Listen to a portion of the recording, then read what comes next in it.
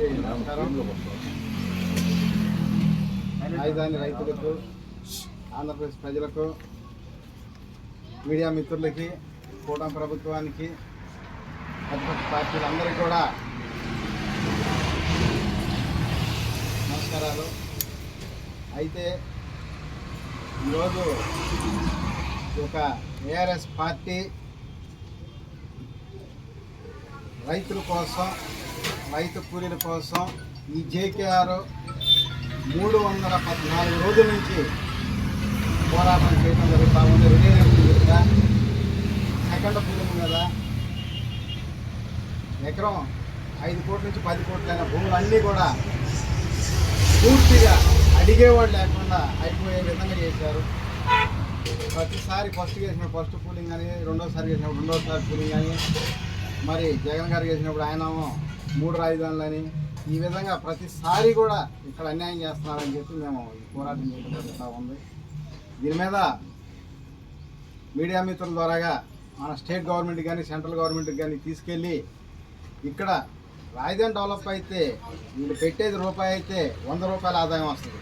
అంటే ఇక్కడ లక్ష కోట్లు రైతు భూములే రాజధాని పెట్టుకోవాలి.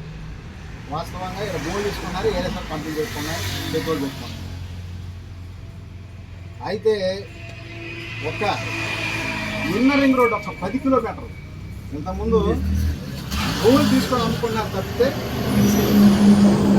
ఇక్కడ ప్రత్యేకంగా డబ్బులు పెట్టేది ఏమీ లేదు. వాళ్ళు ప్రభుత్వం వచ్చిన భూములు అమ్ముకొని పెట్టుబడి మాత్రమే పెడుతున్నారు. వాటిలో కూడా మొత్తం కూడా పెట్టుబడి పెడతారు. కొంత వాళ్ళు వాడేసుకుంటున్నారు, కొంత ఏరేసారి పెట్టుబడి పెట్టుకొని ఈడ కొంత మాత్రమే పెట్టుబడి పెడతా ఉన్నారు ప్రతిసారి కూడా. అయితే చిన్న కాకాణి దగ్గర నుంచి హరిశ్చంద్రపురం అంటే వైకుంఠపురం దాకా ఇన్నర్ రింగ్ రోడ్డు ఒక్క 13 కిలోమీటర్ల ఇన్నర్ రింగ్ రోడ్డు తీమానండి. ఆ పక్కన కనీసం 100 కోట్లండి. అక్కడోళ్ళు వచ్చి ఇటు 20 కోట్లు కొన్నారు, ఇంకో సాటికి వెళ్ళి 10 కోట్లు కొన్నారు. శ్రీకాకుళం నుంచి చిత్తూరు దాకా దాదాపు మొత్తం కూడా మన రాష్ట్రంలో మినిమం 5 కోట్లు తక్కువ ఎక్కడ ఉన్నది ఎక్కడ. అంటే రాష్ట్రం అంతా డెవలప్ అయితే రాష్ట్రం అంతా రైతులు బాగుపడతారు, రైతు బాగుపడితే అందరూ బాగున్నట్టే, రైతు కూలీలు కానీ ప్రజలు కానీ అందరూ కూడా. సంవత్సరానికి 50,000 కోట్లు రెవెన్యూ ఆదాయం వచ్చింది. ఏదైనా కానీ రాజధాని డెవలప్ అయితే సంవత్సరానికి 1,00,000 కోట్లు ఆదాయం వస్తుంది. గతంలో కూడా సీఎం గారు చెప్పారు, ఒక రియల్ ఎస్టేట్ ఆగిపోతే సంవత్సరానికి 30 రకాల ఆదాయ వనరులు కోల్పోతున్నారు. మరి ఇప్పుడు ఆయన చేస్తున్నా కూడా అదే, మళ్ళీ సెకండ్ పూలింగ్ కాదు, ఆయన 3 రాజధానులు ఈ సెకండ్ పూలింగ్ అన్నాడు, అంతే తేడా. ఎందుకంటే ఒక్క 13 కిలోమీటర్ల ఇన్నర్ రింగ్ రోడ్ తీస్తేనే రణరంగం సృష్టించినట్టు ఉంటుంది అన్నమాట. మామూలు కదా, రైతులందరూ అర్థం చేసుకొని కూడా భూములు ఇవ్వకుండా ఆగారు, సంతోషంగానే ఉన్నాయి. అయితే రాజధాని డెవలప్ అవ్వడానికి భూసేకరణ, భూస్వామీకరణ 2 ప్యాకేజీలు అడుగుతున్నాం మనం. 2 ప్యాకేజీలు ఇస్తే పొలం వేయడానికి రైతులు సిద్ధంగా ఉన్నారు. అలాగే ఇంకొక ఆయన అంటాడు, ఇది కమ్మరాజధాని కదా, చంద్రబాబు నాయుడు దూరదృష్టితోటి సిఆర్డీఏ పెట్టారు. అంటే సి అంటే సోదరులు, ఆర్ అంటే రెడ్లు, డి అంటే డెవలప్. అంటే ఓన్లీ సోదరులు రెడ్లు మాత్రమే డెవలప్మెంట్ కావడానికి సిఆర్డీఏ పెట్టుకున్నారు. ఇది వాస్తవం కాదా? జగన్ గారికి తెలీదా? అందరికీ తెలిసి. కానీ వైసీపీ కానీ, టీడీపీ కానీ, జనసేన కానీ, బీజేపీ కానీ, కాంగ్రెస్ పార్టీ కానీ, గ్రామ స్థాయి నుంచి మండల స్థాయి, జిల్లా స్థాయి, రాష్ట్ర స్థాయి వరకు కూడా ఏ నాయకుడైనా సరే ఇది ప్రశ్నిస్తున్నారా? ప్రతిసారి వాళ్ళు కొనుక్కోవటం, తక్కువలో రేటు పెంచి అమ్మేసుకో. తీరా రైతులు అమ్ముకోకపోతే రేట్లు ఉండవు. రైతుల దగ్గర కొనొద్దు అంటాడు, నారాయణ గారు చెప్తాడు, రైతుల దగ్గర కొనొద్దు, మంచి భూములు కాదంటాడు. అంటే వీళ్ళు తీసుకొని అమ్ముకుంటే మంచి భూములు వాళ్ళ దగ్గర మాత్రమే కొనాలి. ఎంత దారుణం అండి! అసలు ఎందుకు చేస్తున్నారో కూడా, పరిపాలన చేస్తున్నారా లేకపోతే రియల్ ఎస్టేట్ వ్యాపారాలు చేసుకుంటున్నారా అర్థం కాదు. సరే ఎవరో ఒకరు అడగాలి కాబట్టి ధైర్యం చేసి అడుగుతున్నారు. ఏమన్నా కానీ దౌర్జన్యాలు చేస్తున్నారు, బెదిరిస్తున్నారు, ఎన్నో చేస్తున్నారు, చేసుకోనండి. ఎంతవరకు చేస్తారో అంతవరకు చేసుకోనండి. ఒకప్పుడు కేసీఆర్ గారిని కూడా అలాగే చేశారు, ఇంకా ఏరేరాలు చేశారు, అధికారంలో రాలేదా? ఇవన్నీ సహజమే, మనం ఎక్కడా భయపడాల్సిన అవసరం లేదు. ఇలా విజయ్ గారు కూడా అట్లాగే ఆయన స్వయం కృషితో, స్వశక్తితో వచ్చారు. ఎన్నో రకాలుగా ఆపరం చూస్తున్నారు అగ్రవర్గాలు. కానీ పేదలు రాజకీయాల్లోకి వస్తే అగ్రవర్గాల మీద ఎక్కడ దాడులు ఉండవు. అగ్రవర్గాలలో రాజకీయాలు చేస్తే పేదల మీద, ఎస్సీ, ఎస్టీ, బీసీ, మైనార్టీలు 80% ఉన్నా కూడా విపరీతమైన దాడులు చేస్తున్నారు. కావాలంటే చూడండి, ఏ పార్టీ అధికారంలో కూడా దాడులు జరిగేది మాత్రం పేదవాళ్ళ మీదే. కానీ పేదోడు అధికారంలోకి వస్తే మాత్రం ఉండోళ్ళ మీద ఎవరి మీద దాడులు చేయడు. ఎందుకంటే వాళ్ళకి మనస్సాక్షి వాళ్ళు కష్టపడుతూనే తెలుసు. అలాగే 2014 గెలిచినప్పుడు కూడా రుణమాఫీ చేస్తున్నాడు సీఎం గారు, మన చంద్రబాబు నాయుడు గారు. అప్పుడు ఏదో 5 ముక్కలు చేసి 2 ముక్కలు ఇచ్చి మళ్ళీ 3 ముక్కలు ఆపి అంతా గందరగోళం అయింది. ఇప్పుడైనా సరే ఆయన మళ్ళీ అధికారంలో రావాలంటే ఈ రాష్ట్రం మొత్తం కూడా మినిమం ఒక 2 లక్షల కాడికి రైతు రుణమాఫీ చేయాల్సిందిగా కోరుకుంటున్నాను. ఎందుకంటే చాలా అన్యాయం అయిపోయారు. అప్పుడు కూడా రైతులందరూ కూడా నమ్మి రుణమాఫీ చేస్తారండి. ఏదో రాజధాని వచ్చింది 4 ఊళ్ళు డెవలప్ అయ్యాను కాదు, శ్రీకాకుళం నుంచి చిత్తూరు దాకా అన్ని జిల్లాలు డెవలప్ అవ్వాలి, రైతులందరూ బాగుండాలి, ప్రజలందరూ డెవలప్ అవ్వాలి. అలాగే ఇక్కడ రాజధాని పెట్టామంటున్నారు. బ్యాంకీలోను ఏ బ్యాంక్ అయినా సరే కూలింగ్లో తీసుకున్న ఫ్లాట్లకి మినిమంగా ఒక 5,000 నుంచి 10,000 బ్యాంకీ లోన్లు రుణాలు ఇవ్వాలి. ఒక్క బ్యాంకీ రుణం ఇవ్వాలి. ఈ చుట్టుపక్కల మరి ఎకరం కోట్లు అమ్ముతుంది అంటున్నారు. కనీసం మినిమం ఒక 40 లక్షలు 50 లక్షలు బ్యాంకీ లోన్ ఇవ్వాలని అడగాలి కదా. ఈ మిగతా ఉన్న పార్టీ లోన్లు ఎవరు అడగరు, ఆయన ఈయనవద్దు. ఇంకా ఏదైనా అవసరమైతే ఏలాలేసి కోర్టు నుంచి నోటీసులు పంపించి ఏలమేయని చెప్తున్నారు ఈ మధ్యలో ఉన్న రైతులందరికీ కూడా ప్రభుత్వం. ఎంత అన్యాయం అంటే ఈ అన్యాయం మీద ఖండించేవాడు ఒక్కళ్ళు లేరు. ఎవరు అడిగితే ఎవరు పదవులు పోతుందని భయం, ఎవరు అడిగితే ఎవరు పార్టీలో నామోషన్ భయం. ఇక్కడ ఈ ఆర్ఎస్ ఈ జేకేఆర్ ఒక్కడే కనపడుతున్నాడు, ఏకైక వ్యక్తి ఈ ప్రభుత్వం మీద అడగటానికి పోరాటం చేయడానికి. అందరూ అడిగితే ఏదైనా మంచి జరిగిద్ది, లేకపోతే నాకెందుకంటే చివరికి పొలాలు తీసుకున్నారు, రేపు ఊళ్ళు చేసుకుంటారు. ఈ మధ్యలో జనాలు కూడా ఉన్నాయి, వాటి ఇష్టానుసారం అయిపోయి.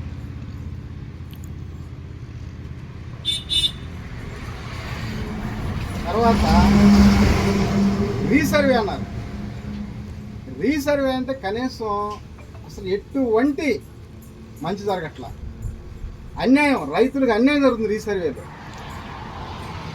ఊరికి ఒక 4 అప్లికేషన్లు పెడితేనే మండలంలో సర్వేలు వచ్చి కొలవాలంటే 6 నెలలు సంవత్సరం బట్టేది.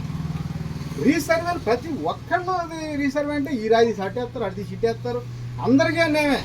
వీళ్ళు దాంట్లో కత్తి మిగిలించుకొని భూమి మొత్తం మరి వీళ్ళు కొట్టేద్దాం అనుకున్నారు, మాకైతే అర్థం కట్టారు. ఈ సర్వే అంత తప్పే. టీడీపీ పతనం అయిపోవటానికి మెయిన్ కారణం రీసర్వే. నా లెక్కలో భూస్థాపితం అయిపోయింది రీసర్వే వల్ల. అంత దారుణంగా ఉందన్నమాట రీసర్వే. అలాగే కరెంటు వాస్తవం అయితే చంద్రబాబు నాయుడు గారి టైంలో వర్షాలు లేకపోయినా కూడా కరెంటు ఉండదు. అంత లో వోల్టేజ్ ఇవ్వటం, జనాలు పాపం కస్టమర్లు అందరూ కూడా చూస్తున్నాం. ప్రజలు టీవీలు మాడిపోవటం, ఏసీలు మాడిపోవటం, లేకపోతే ఫ్యాన్లు మాడిపోవటం, లైట్లు మాడిపోవటం, అనేక ఇబ్బందులు పడుతూ ఉన్నారు ఈ కరెంటు మీద. దీని మీద పెద్ద దృష్టి పెట్టాల్సిందిగా సీఎం గారు మేము కోరుకుంటా ఉన్నాం. ఒక సీఎం గారు తిరగకపోతే డిప్యూటీ సీఎం గారు ఏమన్నారు, ఆయన వచ్చి కొంచెం అడగాల్సిన అవసరం ఉంది. లేకపోతే మళ్ళీ కాబోయే సీఎం అన్నారు లోకేష్ గారు, మరి ఆయన కూడా స్పందించాల్సిన అవసరం అని చెప్పి నేను కోరుకుంటాను. అలాగే ఒకప్పుడు రైతులు ఎదురుగోళ్ళ మీద తిరిగారు, తర్వాత కారుల మీద తిరుగుతూ ఉన్నారు. ఈ రాజధాని సక్రమంగా డెవలప్ అయితే విమానాల్లో తిరుగుతారు రైతులు. ఈ రాష్ట్ర ప్రజలందరూ కూడా విమానాలకి ఓనర్లు కూడా అవుతారు రైతులు. అలాంటి స్థాయి వచ్చింది అనమాట. అందుకని చెప్పి వీళ్ళు ఏం చేస్తున్నారు, డెవలప్ కాకూడదని ఎప్పటికప్పుడే ఫస్ట్ గెలిస్తే ఫస్ట్ పూలింగ్, ఆయన వస్తే 3 రాజధానులు, మళ్ళీ ఈయన వస్తే సెకండ్ పూలింగ్ ఆపేస్తూ ఉన్నారు. మినిమం 1 కోటి రూపాయలు కానీ పెరగకూడదు. ఈ ప్రాంతంలో ఇన్నర్ రింగ్ రోడ్ తీస్తే చెప్పాక 100 కోట్లు అవుతాయి. అలాంటి పరిస్థితులు రాకూడదు, పెరగకూడదని ఆయన కావాలని కంకణం కట్టుకొని చేస్తున్నారు. ఇలాగే కొనసాగితే ఏఆర్ఎస్ పార్టీకి ఓటేస్తారు నెక్స్ట్ ప్రజలు. ఎక్కడ ఏ విధంగా డెవలప్ చేయాలో ప్రతి కుటుంబం 10 కోట్ల ఆస్తి పనుల్ని చేసి తీర్థమని చెప్పి నేను చెప్తాను అన్నా. ఎందుకంటే మాకున్న ఆలోచన మాకుంది, ప్రజలు ఎలా డెవలప్ చేయాలి. అందుకనే మీడియా మిత్రులు కూడా సోషల్ మీడియా మొత్తానికి కూడా నెలకి 10,000 రూపాయలు గౌరవేతం ఇస్తామని చెప్పాం. అలాగే ప్రతి ఓటర్కి ప్రతి నెల ఒక వాలంటీర్ పోస్ట్ లాగా 5,000 రూపాయలు ఇస్తాం. అలాగే మద్యం ఫ్రీ అన్నాం. ఏదంటే కొంతమంది పార్టీలు మేము ఒక 10 కోట్ల 10 రోజులు మందికి ఓటేస్తున్నాం, లేకపోతే 1,000-2,000 ఓటేస్తున్నాం. అందుకని ప్రతి ఓటర్కి ప్రతి నెల 5 సంవత్సరాల వారికి 5,000. అలాగే మద్యం ఫ్రీగా ఇచ్చేస్తాం అన్నమాట. ఆ విధంగా చెప్తామన్నా మన ప్రెస్ మీట్ ద్వారాగా ప్రజలందరూ కూడా తెలియపరచమని. ఏదో అన్నారు, ఇంతకంటే ఎక్కువ చెప్పారండి. కేసీఆర్ గారు దళితులు ముఖ్యమంత్రి చేస్తున్నారు. కనీసం చివరిలో 1 నెల 2 నెలలు ఇచ్చినా కూడా మళ్ళీ 3వసారి సీఎం అయ్యేవాడు. ఎప్పుడైనా ఇచ్చిన మాట కట్టుబడి ఉండాలి. నేను దొంగ రాజకీయాలు, దోపిడీ రాజకీయాలని, కనీసం అవినీతి రాజకీయాలని నా కాంపౌండ్ హాల్లో కూడా అడుగు పెట్టనీనని చెప్పి ప్రెస్ మీట్ ద్వారాగా ప్రజలకు చెప్తా ఉన్నా. ఇచ్చిన మాట కోసం పనిచేస్తా. ఏదైతే చెప్పామో అదే చేస్తాం, చెప్పింది చేస్తాం, చెప్పేదే చేస్తాం అన్నమాట. అదే మాకున్న సిద్ధాంతం 100%. ఒకప్పుడు వామపక్షాల వాళ్ళు చెప్పేవాళ్ళు, కానీ వాళ్ళకి అవకాశాలు ఇచ్చేవాడు కాదు. కానీ నేను చెప్తున్నా, అంతకన్నా కూడా నెంబర్ 1గా చేసి తీరుతామని చెప్పి.